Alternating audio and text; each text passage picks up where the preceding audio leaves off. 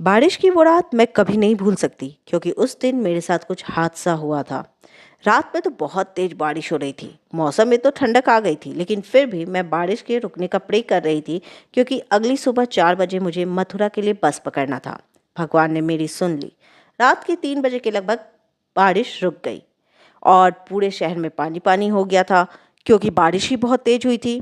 मैं जल्दी जल्दी अपना सामान लेकर के बस स्टैंड की ओर भाग रही थी क्योंकि रास्ते में ना कोई बस ऑटो दिख रहा था, ना कोई बस और ना ही टैक्सी। अब मुझे पैदल ही जाना था, सो मैं जल्दी जल्दी जा रही थी। फुटपाथ की तरफ से मैं चल रही थी क्योंकि पूरा सड़क पे पानी था, तो वहाँ से कौन ही जाता। लेकिन कुछ देर में मुझको छप छप छप छप की आवाज़ सुनाई दी, जैसे कि कोई पानी में चल रहा है।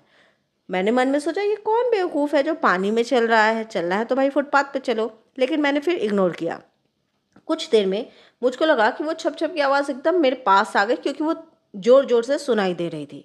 मुझे थोड़ी इरिटेशन हुई। मैंने गुस्से में पलट कर देखा। अब मैंने पलट के देखा तो वहाँ कोई भी नहीं था।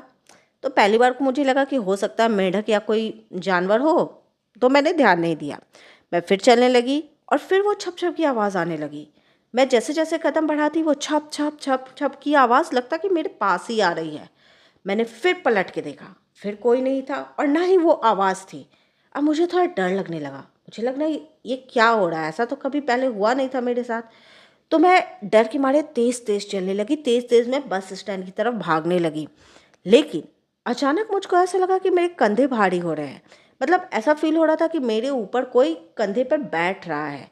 मुझे हेवीनेस महसूस होने लगी और बहुत डर लग रहा था। मुझको लगा कि कोई अनजानी शक्ति है जो मेरे ऊपर हावी हो रही है। मैंने हिम्मत जुटाई, भगवान का नाम लिया और हनुमान चालीसा का पाठ शुरू किया ज़ोर ज़ोर से। समझ सकते हो, रात के 3 साढ़े 3 बजे मैं ज़ोर ज़ोर से हनुमान चालीसा का पाठ कर रही थी। और हनुमान चालीसा में इतनी शक्ति है कि धीरे धीरे मुझे वो हल्कापन महसूस होने लगा क्योंकि कंधे पर से भार खत्म होने लगा। अब मैं वहाँ से दौड़ी, जैसे मुझे ऐसा फील हुआ मैं वहाँ से दौड़ी भागी बस स्टैंड की ओर। मुझको बस लोगों के बीच जाना था। आज भी मैं वो रात याद करती हूँ तो मुझे सदमा सा लग जाता है कि उस रात मुझ पर किसी आदमी ने नहीं बल्कि एक भूत ने अटैक किया था। वो मुझ पे हावी हो रहा था, मुझको अपने वश में कर रहा था।